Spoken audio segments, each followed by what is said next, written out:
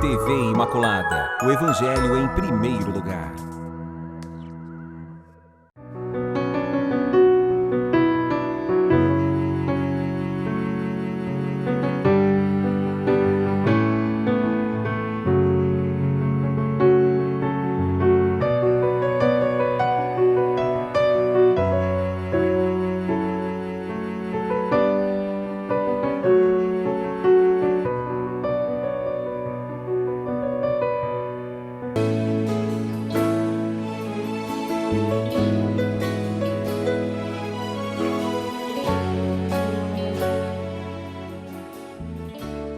Olá pessoal, com alegria nós estamos aqui de volta, programa Respostas, junto com vocês que participam aqui pela TV Imaculada, essa TV que evangeliza, que nos forma, esta TV que tem iluminado a vida e o coração de muitas pessoas. Com muita alegria, mais uma vez, o programa Respostas vem aqui para oferecer para vocês a ajuda no discernimento cotidiano da vida, onde você quer entender, onde você quer integrar a sua vida de fé com as escolhas que você faz na sua caminhada. Muito obrigado pela participação de vocês. Lembramos sempre que este programa conta também com a participação de vocês, sobretudo no segundo e terceiro bloco, onde vocês podem nos enviar as perguntas. E agora, eu não sei se você está começando a participar do programa agora, seja muito bem-vindo, se é isso que está acontecendo. Se você já estava com a gente, continue, que bom! E nós queremos, neste primeiro bloco, como vocês sabem, deixa eu só explicar um pouquinho. Nesse primeiro bloco, a gente vai olhar um texto que a igreja construiu quando ela parou para refletir num concílio chamado Concílio Vaticano II, que reuniu os bispos do mundo inteiro, junto com o sucessor do apóstolo Pedro, o Papa, em Roma. A partir desse concílio, a igreja refletiu, decidiu, encaminhou muitas coisas, sobretudo para preparar a igreja para adentrar numa nova fase da história da humanidade. Por isso que é muito importante a gente conhecer os textos oficiais da igreja. A gente sempre diz aqui no programa, vamos às fontes, porque tem muita gente espalhando leituras, interpretações que expressam muito mais a compreensão de certos grupos do que aquilo que é totalidade da igreja. Então, que bom, vamos às fontes. Pois é, tem um texto que agora vai ser colocado e olha só. Por que a igreja convida a gente no Concílio Vaticano II a ler os sinais dos tempos? Mas padre, a gente não tem que se interessar só com o céu? Mas aqui é a história da salvação, é aqui que nós construímos o nosso caminho para o céu. E nesse sentido, o concílio não está convidando-nos a fazer uma leitura sociológica da realidade, mas atenção, teológica, leitura teológica para ser capaz de perceber os sinais de Deus na humanidade, aquilo que o concílio chama de sinais dos tempos. E uma coisa muito interessante é que a igreja é muito realista no seu discernimento. Ao olhar para o mundo, ela não tem nem uma ideia muito pessimista e nem muito otimista. De onde vem o realismo da igreja? A igreja usa duas categorias que são antagônicas para explicar que existe no mundo luzes, coisas muito boas acontecendo com a humanidade. Por outro lado, a igreja acena para alguns temores que se apresentam. Por quê? Porque a humanidade, se por um lado mostra um avanço muito grande, boa parte dessa mesma humanidade continua na miséria. Então esse desenvolvimento não está sendo desenvolvimento para todo mundo, tem algum problema acontecendo. Esse é um dos problemas. Então, não é uma igreja que olha para o mundo assim sem nenhum senso crítico. Muito pelo contrário, mas sabe reconhecer também na humanidade aqueles aspectos positivos. Então, estou quase fazendo a reflexão antes do texto, mas eu queria dizer para vocês, aguçar a vontade de vocês para que escutem com o coração esse texto que nós vamos disponibilizar para vocês agora. Boa leitura e nós já voltamos para a reflexão. A condição do homem no mundo atual, esperanças e temores. Para levar a cabo esta missão, é dever da Igreja investigar a todo momento os sinais dos tempos e interpretá-los à luz do Evangelho, para que assim possa responder de modo adaptado em cada geração às eternas perguntas dos homens acerca do sentido da vida presente e da futura, e da relação entre ambas. É por isso necessário conhecer e compreender o mundo em que vivemos, as suas esperanças e aspirações, e o seu caráter tantas vezes dramático. Algumas das principais características do mundo atual podem delinear-se do seguinte modo: a humanidade vive uma fase nova da sua história, na qual profundas e rápidas transformações se estendem progressivamente a toda a Terra. Como acontece em qualquer crise de crescimento, essa transformação traz consigo não pequenas dificuldades. Assim, o homem, que tão intensamente alarga o próprio poder, nem sempre é capaz de pôr ao seu serviço. Ao procurar penetrar mais fundo no interior de si mesmo, aparece frequentemente mais incerto a seu próprio respeito. E descobrindo gradualmente com maior clareza as leis da vida social, hesita quanto à direção que a esta deve imprimir. Nunca o gênero humano teve ao seu dispor tão grande abundância de riquezas, possibilidades e poderio econômico. E, no entanto, uma imensa parte dos habitantes da Terra é atormentada pela fome e pela miséria, e inúmeros são ainda os analfabetos. Daí que, agitados entre a esperança e a angústia, sentem-se oprimidos pela inquietação, quando se interrogam acerca da evolução atual dos acontecimentos. Mas esta desafia o homem, força-o até uma resposta. Gaudium et Spes.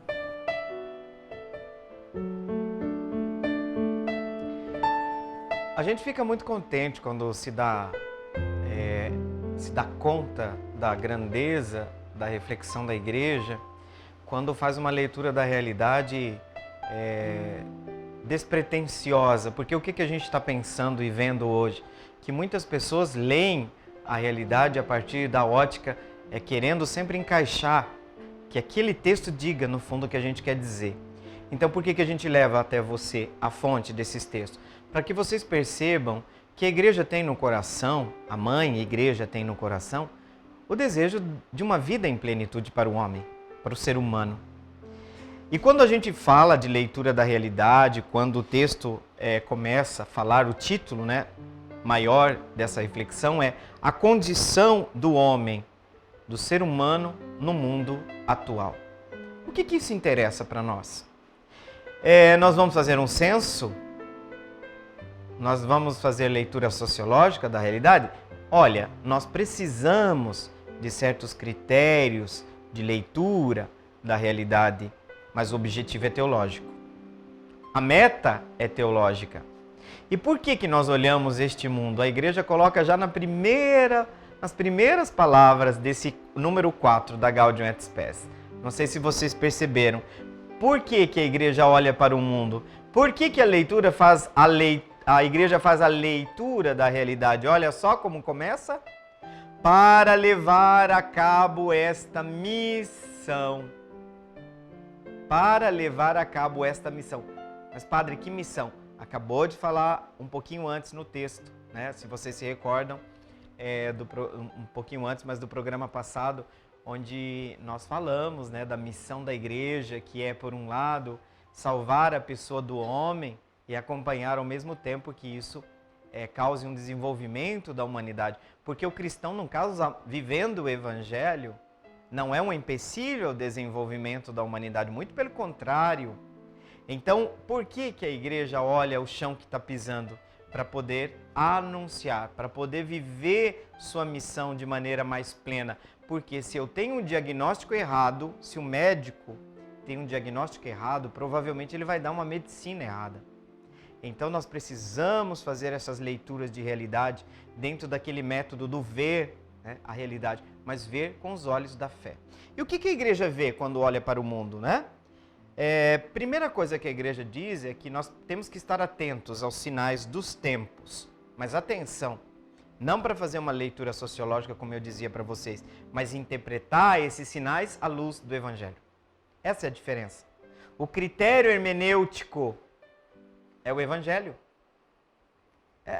O que é o critério hermenêutico? É o critério de interpretação. À luz do Evangelho, nós vamos olhar os sinais dos tempos. Não é só sociologia. De onde você tirou isso, criatura de Deus? À luz do Evangelho, nós vamos olhar a realidade. Tá? Para que assim possa responder, veja por que nós olhamos. Tem sempre um porquê olhamos a realidade. Queremos chegar ao coração do ser humano, né? De modo adaptado a cada geração.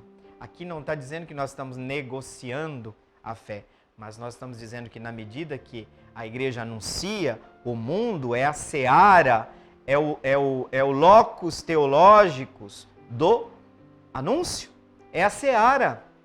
Então anunciar a esta geração, numa linguagem adaptada a essa geração, até porque o Concílio Vaticano II fez por opção não ficar fazendo mais acréscimos doutrinais, porque doutrina nós temos. Nós temos. Precisa ficar, né? Mas aí o que aconteceu?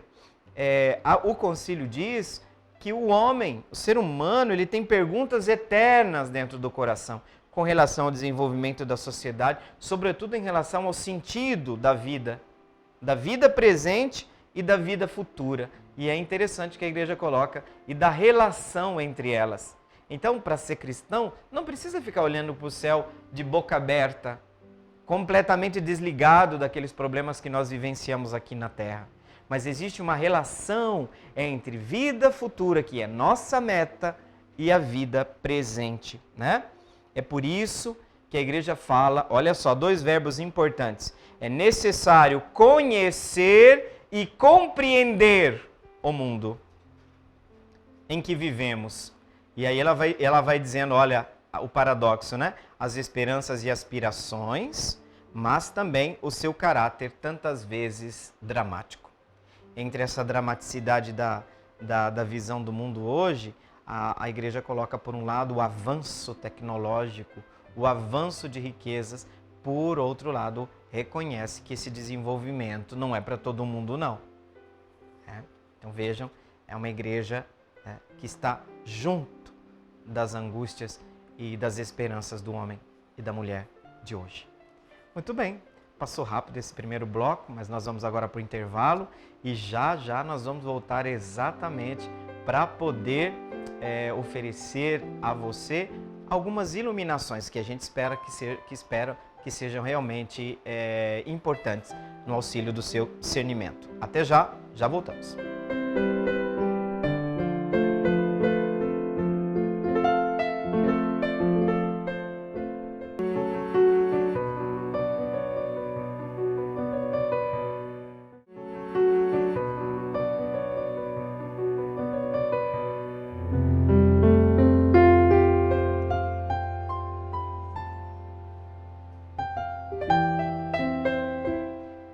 Muito bem, promessa feita, promessa cumprida. Já estamos aqui para o segundo bloco do nosso programa Respostas. Que alegria poder continuar com a presença de vocês que acompanham regularmente o nosso programa, mas também aquelas pessoas que talvez pela primeira vez estão chegando aí. Minha saudação carinhosa, afetuosa, sejam muito bem-vindos no programa Respostas. Programa Respostas responde a perguntas. Olha só, um pouco óbvio, né? Mas é verdade, essas perguntas elas vêm das questões que muitos de vocês nos enviam. E a gente sempre está dizendo aqui no programa, olha, não desanima não, que vai chegar uma hora que a sua pergunta vai ser respondida, né? Talvez não daquele modo que você esperasse, mas pode fazer a réplica também. De repente, manda uma mensagem aqui para nós dizendo, olha, eu entendi esse aspecto, mas ficou esse outro lado também, que eu gostaria de compreender um pouco mais. Estamos aqui a serviço de vocês, tá bom? E nós vamos passar agora para a pergunta. Essa pergunta, inclusive, acho que já tem uns dias já. Eu espero que o Jairo que mandou essa pergunta, esteja aí presente. O Jairo é lá do bairro Cidade Jardim. Eu vou precisar pedir ajuda do universitário. Do GPS universitário. Pertinho da minha igreja, qual? Da Santuário da Abadia? Oh, olha só. Ok, perto da Chácara Cachoeira? Olha só, vocês estão vendo? Vivendo e aprendendo. Gente, de localização geográfica, pelo amor de Deus. Eu falo que uma das invenções mais importantes, tecnológicas importantes na minha vida é o tal do GPS. Se bem que às vezes o GPS me levou para cada lugar que eu vou contar para vocês. Mas também não posso negar que também já me salvou em muitas situações. Gente, eu não sei vocês, mas eu tenho que ir num lugar 6, 7 vezes para lembrar. Eu não sei o que tem na cabeça, no cérebro dessa criatura de Deus. Já subiu o patamar, né? Não sou só criatura, sou filho também, né? Mas é um modo de dizer. Jairo, lá do Cidade Jardim, uma saudação para o pessoal da Cidade Jardim. Obrigado, Jairo, pela sua pergunta. Vou até respirar aqui. Que a pergunta do Jairo traz algumas angústias, né? Neste difícil período, onde muitas pessoas morrem, não é um contrassenso celebrar como o cerco e a tomada de Jericó e das cidades circunvizinhas, haja vista que foram grandes genocídios de mulheres, crianças, idosos. Por que somos ensinados a admirar esses massacres, sendo que Cristo nos ensinou a misericórdia? Jairo, sobre o cerco de Jericó, existe uma discussão do ponto de vista histórico desse evento, tá? E existem várias interpretações. Eu entendi o que você quis dizer com relação que você acha que o cerco de Jericó celebra um genocídio e as pessoas continuam fazendo. Mas, pelo menos, eu conheço artificialmente. Não posso, talvez, Jairo, eu não vou te dar uma resposta muito plena, mas uma resposta sincera da minha parte. No santuário onde eu sirvo, também nós temos o cerco de Jericó, orações intensivas, a gente percebe que o pessoal gosta, que o pessoal vivencia durante toda aquela semana, essa experiência, né? É uma experiência tirada de um certo contexto bíblico. Tem professores de Bíblia que vão dizer que existem muitas discussões históricas sobre esse cerco de Jericó, mas de fato, uma das interpretações que se tem é que tenha sido de fato uma guerra onde quase sempre em todas as guerras quem sai perdendo são os mais fracos, né? A gente sabe disso e a história sempre se repete. Então essa tomada do cerco de Jericó, para muitos é lembrada como um episódio trágico da história. Porém, eu diria que quem está pensando o cerco de Jericó não tem em mente isso, porque a ideia, e por favor, aqui eu vou exprimir minha ignorância. Estou dizendo que eu conheço pouco a dinâmica do cerco de Jericó. Não é uma espiritualidade muito próxima da espiritualidade que eu fui formado, né? Mas eu respeito e tenho o maior carinho. Mas eu percebo assim, que o que é que tem que ser vencido? Qual é o muro? Tá? Porque o cerco, na verdade, é interpretado como muro. E muitas vezes eles terminam exatamente fazendo o quê? Uma espécie de cerco mesmo, né? Imitando aquelas pessoas. Então tem um muro que tem que ser derrubado. E aqui não é fazendo alusão à morte de alguém, mas um mal que precisa ser vencido. Então, nessa perspectiva, não dá pra gente dizer que quem faz o cerco de Jericó está celebrando a morte de quem nesse episódio morreu. Porque daí é uma ponte que nós não podemos fazer, porque nós estamos julgando quem está fazendo. O objetivo, sobretudo sendo o cerco de Jericó coordenado pela espiritualidade da renovação carismática, se pensa o mal sobretudo dentro do universo espiritual, né? A inveja, o mal olhado, e inúmeras outras situações onde o ser humano é aprisionado por esse muro que precisa ser vencido.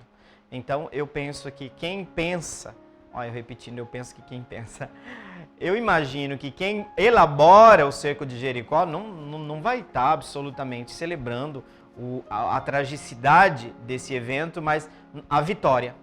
E o que é a vitória? Aqui não é pensando a vitória em quanto custou essa vitória com a morte de pessoas, mas é a ideia de que a oração, de que a perseverança daquelas pessoas durante uma semana vence algum mal que elas trouxeram. Inclusive, esse mal está ligado normalmente a uma intenção pessoal, né? Às vezes as pessoas rezam o cerco pelos antepassados, rezam o cerco por uma situação difícil que está acontecendo. Às vezes eles colocam intenções gerais do cerco, inclusive pelo próprio santuário, entendeu? Então essas intenções é sempre um obstáculo que precisa ser vencido. Pelo menos essa é a minha percepção. Posso conhecer um pouco melhor a coisa e mudar o meu discurso, mas por enquanto é o conhecimento que eu tenho. Então, Jairo, é isso. Eu acredito que seria um contrassenso absolutamente se pelo cerco de Jericó nós estivéssemos celebrando o trágico momento que foi, né? Mas é isso, o objetivo é a vitória sobre o mal. E essa vitória é conseguida com a força de Deus, dos arcanjos, do Espírito, das orações, né? E tem muita gente que jejua também durante a semana do cerco de Jericó. Então, né? É um mal que a gente precisa vencer. O que eu entendi um pouco do cerco de Jericó, tá? É uma semana mais intensa de oração. E esse aspecto é bastante positivo também, né, Jairo? Você não acha? Eu também acho. Muito bem. Jairo, obrigado, viu? Obrigado pela sua pergunta. E agora uma pergunta que eu diria é bastante oportuna. Chegou ela. Oportuna para esse nosso tempo. Vocês sabem que nós estamos vivendo o tempo pascal. Eles são, por ser um período de 50 dias, o Penta, né, que é os 50 Pentecostes, é o desfecho de todo esse período, como fruto mais maduro do período pascal. Mas eu já estou falando aqui, né, a pergunta é sobre isso, exatamente. A Luana, porque às vezes acontece que eu encontro alguma pessoa pelo caminho que me faz a pergunta e eu esqueço de anotar bairro, às vezes eu não pego nem o nome da pessoa, mas essa foi uma pergunta que aconteceu nesse caso. Mas é uma pergunta muito oportuna, eu digo-se para vocês e eu repito. Quais são as características, a Luana pergunta, quais são as características da espiritualidade do tempo pascal? Olha que legal, a Luana já entendeu que cada tempo pascal tem uma espiritualidade conectada. É óbvio que todos nós que vivenciamos bem a quaresma, sabíamos desde o princípio que a quaresma é uma fase preparatória para a Páscoa. E veja, a quaresma é 40, Páscoa é 50. Isso tem muita coisa a dizer para nós também. Substancialmente, dentro do querigma, que é o núcleo do anúncio da nossa fé, a dimensão pascal é constitutiva da essência do nosso anúncio. Jesus Cristo morreu, Jesus Cristo ressuscitou, é o Redentor da humanidade. Então o mistério pascal é contemplado dentro do querigma, do anúncio. E na Páscoa nós estamos celebrando exatamente a vitória de Cristo sobre o pecado e a morte, um momento crucial, o desfecho da vida e da missão de Jesus Cristo neste mundo. Então é no mistério pascal que o cristão encontra a fonte máxima das suas forças para enfrentar as potências do mal. Se Cristo venceu, nós com ele venceremos. Então o tempo da Páscoa é uma espiritualidade pascal, ela é uma espiritualidade eminentemente festiva, alegre, é de uma alegria. Fala-se muitas vezes nas orações desse tempo, alegria pascal, né? Então nós voltamos a cantar o Glória, nós voltamos a enfeitar, deve ser a fome, né? Nós voltamos a enfeitar nossas igrejas, porque esta dimensão da festa é, no fundo, a meta do nosso caminho. Nós não vamos terminar tudo no sepulcro, tá? Nós não vamos terminar tudo na dor, na lágrima, no sofrimento. Embora Deus não seja indiferente a nenhuma lágrima nossa que caia, o sonho de Deus não é que nós fiquemos chorando diante dele, porque dói no coração de um pai ver um filho chorar. Não era esse o projeto de Deus. Então o projeto de Deus é retomado, a recriação da humanidade no período pascal. Então é um tempo de viver de maneira muito mais clara a alegria, a perspectiva da esperança, da luz e ser capaz de criar gestos que exprimam se valeu a pena a quaresma. Como é que eu sei que a quaresma foi boa? Eu vivenciei mesmo a quaresma. Eu me tornei um ser humano melhor no tempo pascal. Estou mais atento às pessoas, aos problemas dos outros, estou menos egoísta, né? Também pode ter o contrário, né? Me tornei uma pessoa que estou cuidando um pouco mais de mim mesmo, não estou mais tão preocupado com o que todo mundo está dizendo o tempo todo, não estou vivendo essa escravidão, não estou perdendo energia preocupado com o que todo mundo vai... Porque se eu perco energia com isso, eu deixo de concentrar em uma outra coisa positiva. É acreditar que o mundo tem jeito. É um tempo de esperança, né? É uma espiritualidade toda joiosa, cheia de alegria, cheia de júbilo, né? Porque esse tempo pascal é para nós símbolo daquilo que vai ser o paraíso. É a experiência da contemplação da vitória de Deus sobre o mal, da experiência da convivialidade, do celebrar a Eucaristia de maneira mais plena, do estar menos escravizado pelos vícios, né? E é o que eu disse para vocês. Como é que eu sei que uma pessoa viveu bem a Quaresma? Se ela está celebrando bem a Páscoa. Tá? E essa dimensão pascal, ela é uma dimensão constitutiva da espiritualidade do ser humano, né? Toda a espiritualidade tem que ser uma espiritualidade que passa pela dimensão do sacrifício, mas que culmina com a dimensão da glória, da nossa participação na glória de Deus. E a gente sabe que o período pascal é o período onde a gente celebra em Cristo a nossa vitória.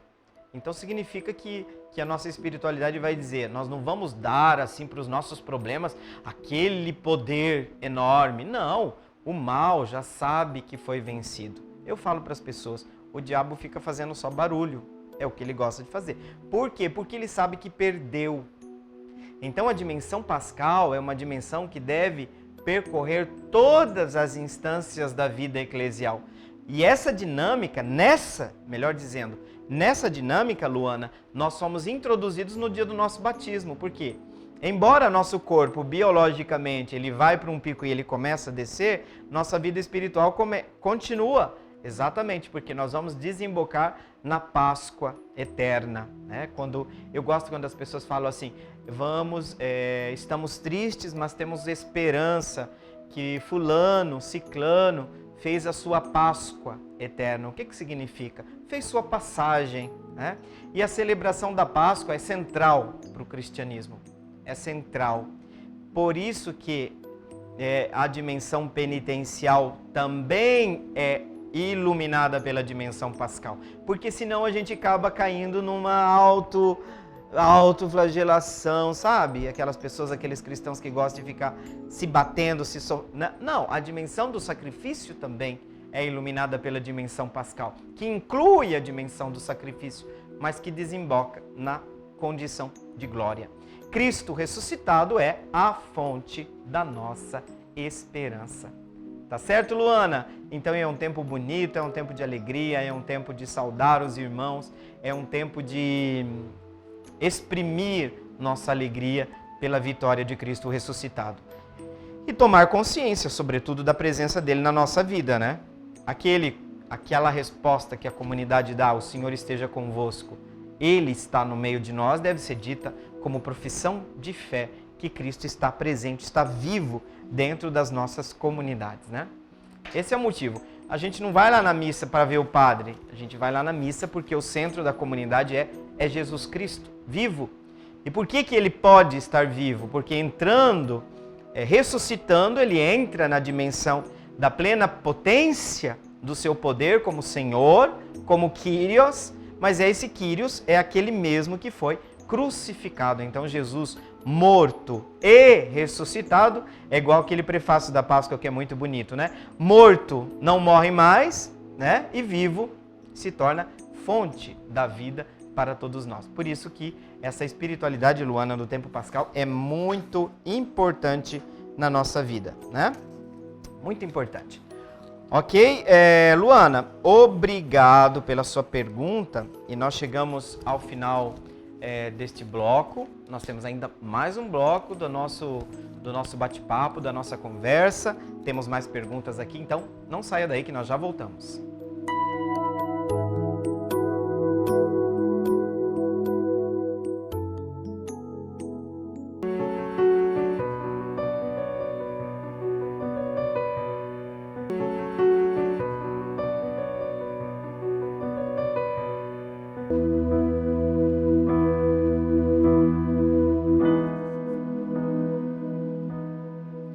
Continuando nesse terceiro bloco, nós temos algumas questões que estão ligadas à questão da espiritualidade da Páscoa, que a gente respondeu no bloco anterior. A pergunta do Carlos tem tudo a ver, tem uma relação. O Vila Sobrinho, mais uma vez vamos precisar da ajuda do GPS. E agora, Vila Sobrinho, gente? Júlio de Castilho. O Fábio está aqui já dando a maior força. Obrigadão, Fábio. Carlos está perguntando, padre, existem diferenças entre a Páscoa judaica e a cristã? Carlos, sim, existem diferenças, mas eu gostaria de responder a sua pergunta colocando duas dimensões que são importantes. Existe uma certa continuidade entre a Páscoa judaica, porque os sentidos teológicos profundos da Páscoa cristã são buscados ou são interpretados, né,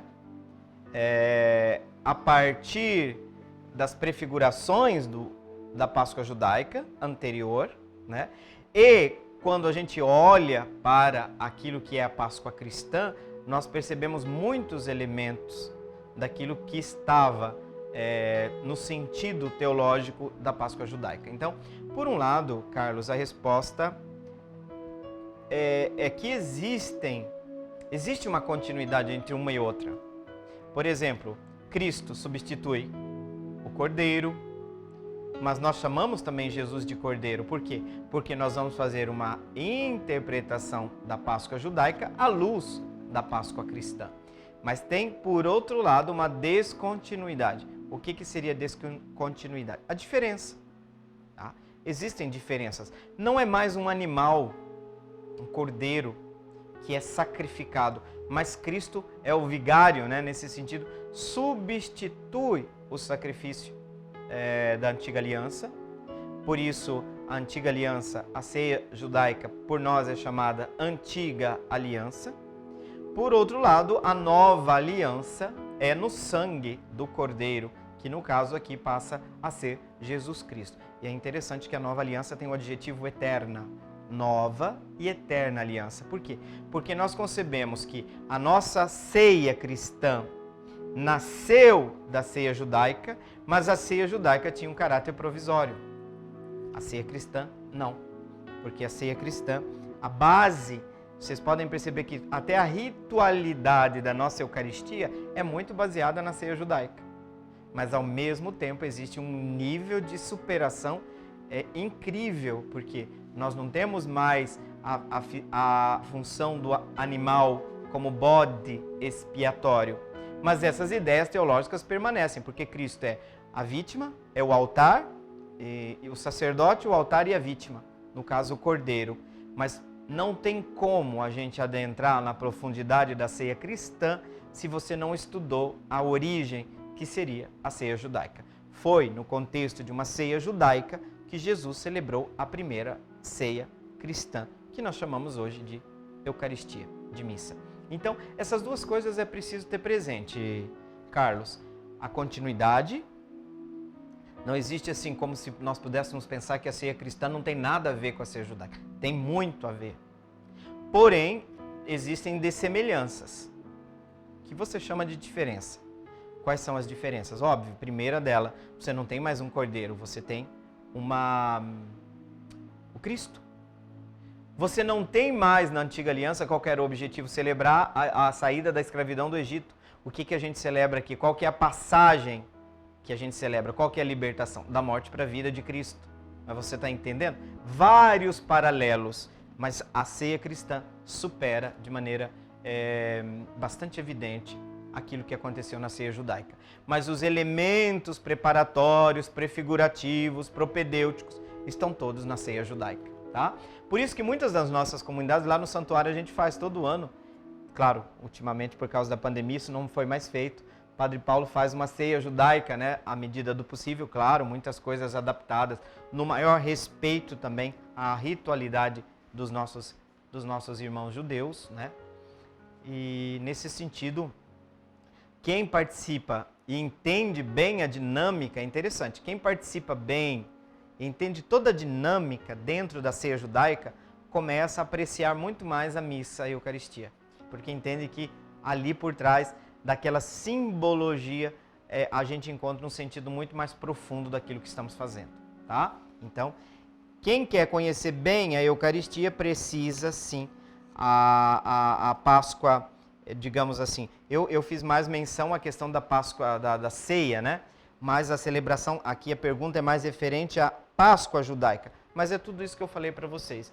existem elementos de semelhança, e existe uma continuidade e, ao mesmo tempo, uma descontinuidade entre uma e outra. Descontinuidade no sentido de que existe algo que supera a antiga aliança. Tá? Por isso que essa nova aliança é chamada de eterna, né? O adjetivo eterno. Muito bem, continuamos praticamente na mesma linha, né? E agora a pergunta é do Lucas, lá do Copa Trabalho. Copa Trabalho eu consigo me localizar, pelo menos um bairro hoje, né, Fábio? Pelo amor de Deus, Fábio já estava ficando cansado hoje já o GPS dele. Tá certo, gente, brincadeira. Lucas, obrigado pela sua pergunta. Padre, a pergunta, o senhor pode explicar por que os judeus não reconhecem Jesus como Deus? Olha, a relação entre cristianismo e judaísmo começou de certa forma bem. Você pode perceber nos Atos dos Apóstolos que os primeiros cristãos eram judeus. Tanto que um certo grupo, vamos dizer assim, a panelinha de Jesus, sobretudo capitaneados por Tiago, eram inclusive adeptos de um pensamento. Qual pensamento? Que se Jesus é o Messias, ele é o Messias para o povo eleito. Tanto que Paulo teve um problemão quando começou a converter pagãos.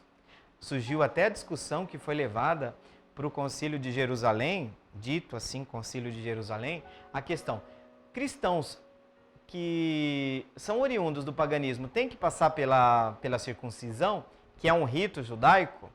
Por trás tem a ideia de que se você não passa pelo rito judaico, se você não é membro do povo de Deus, Cristo não é para você, né?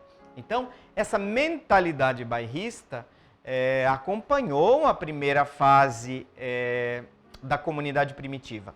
E vocês vão perceber nos Atos dos Apóstolos que muitas vezes os apóstolos, após a ressurreição de Cristo, vão rezar no templo.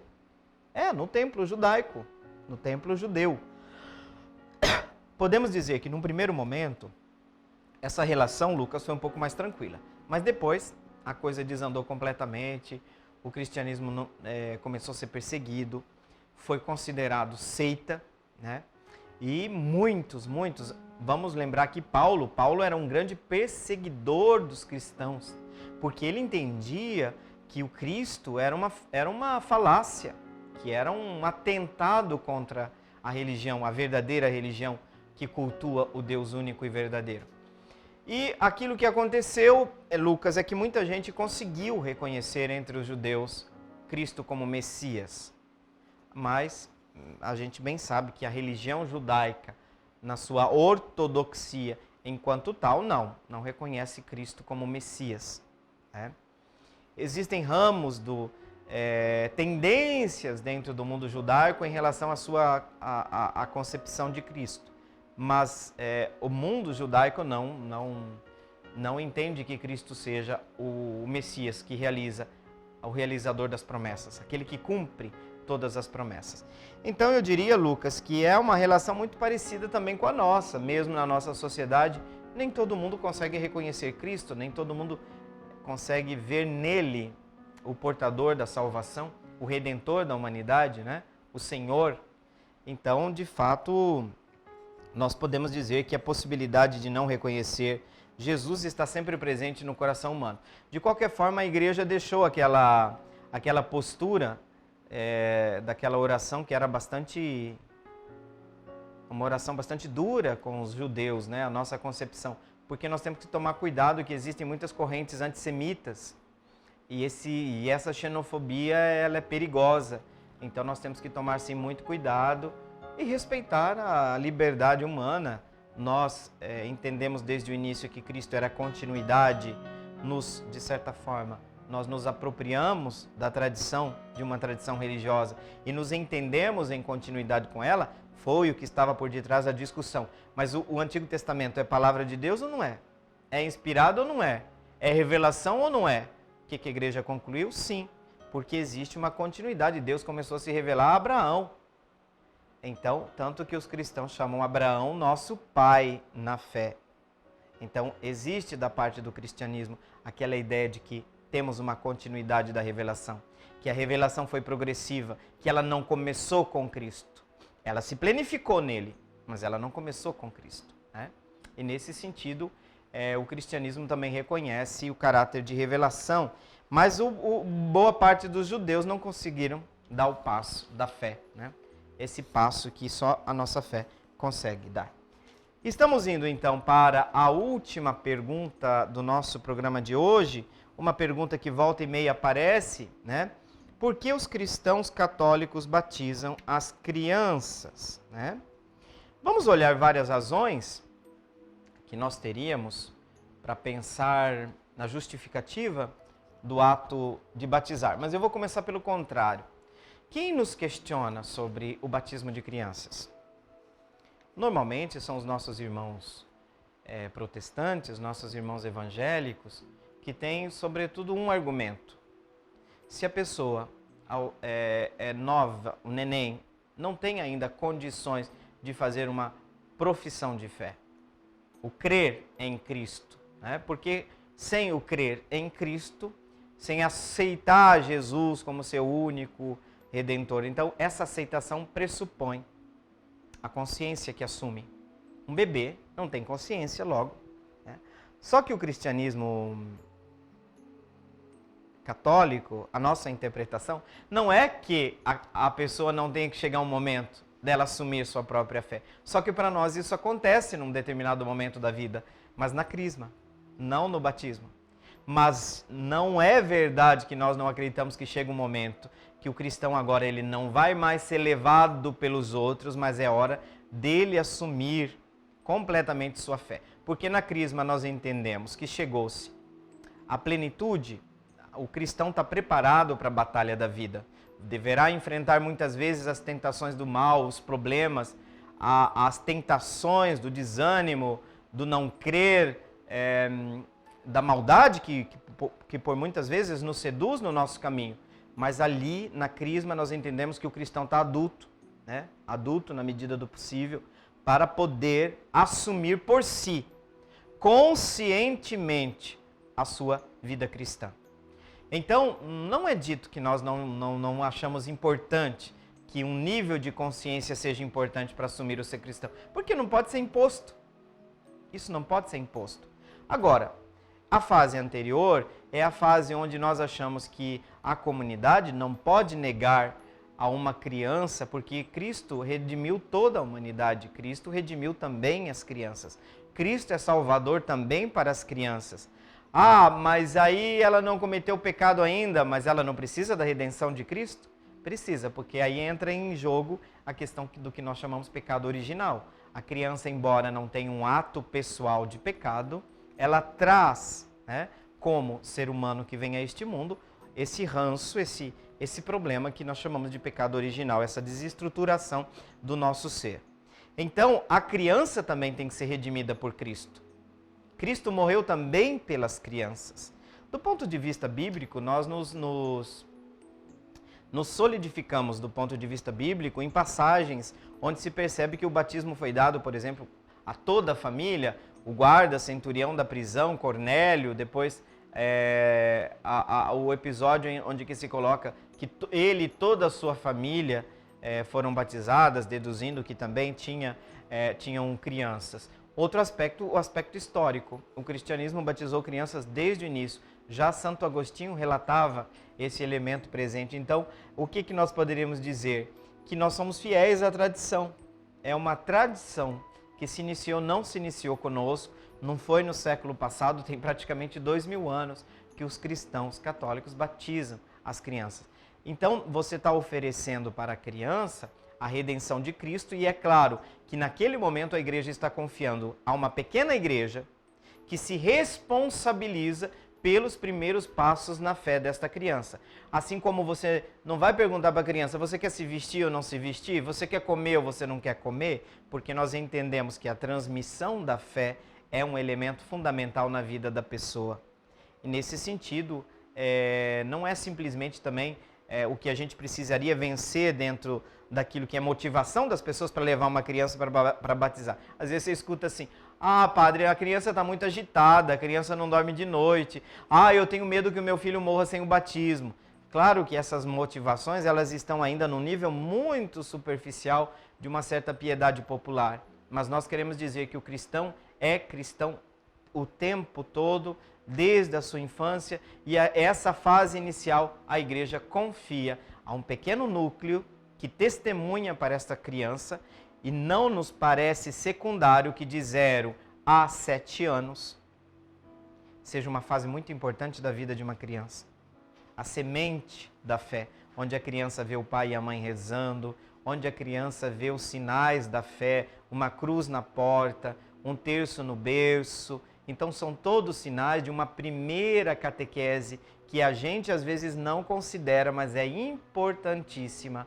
Então a fé é uma semente que se planta desde cedo também no coração das pessoas. Cristo é o Redentor também para as crianças. Então chegamos ao final do nosso programa e eu gostaria muito de agradecer a todos vocês que estão nos acompanhando, que são fiéis ao nosso programa e aqueles também que já estão começando a participar conosco. E como é de praxe no final deste nosso programa, a gente invoca a bênção de Deus por intercessão daquela que respondeu de maneira muito positiva. Programa Respostas, Maria é aquela que respondeu de maneira plena a Deus tudo aquilo que Deus dela pediu, realizou no Faça-se em mim a plena vontade de Deus. Então essa bênção que nós invocamos por intercessão da Imaculada, desça sobre você, sobre sua vida, para que você, assim também como Maria, possa sempre responder positivamente ao projeto de Deus para a sua vida, para a vida da sua família. Em nome do Pai, do Filho e do Espírito Santo. Amém! Que alegria poder estar com você. Chegou a hora do nosso tchau, mas com certeza vamos esperar em Deus que nós vamos ter uma próxima oportunidade de encontro. Fiquem com Deus. Tchau. Meu coração é para ti, Senhor. Meu coração é para ti, Senhor. Meu coração é para ti.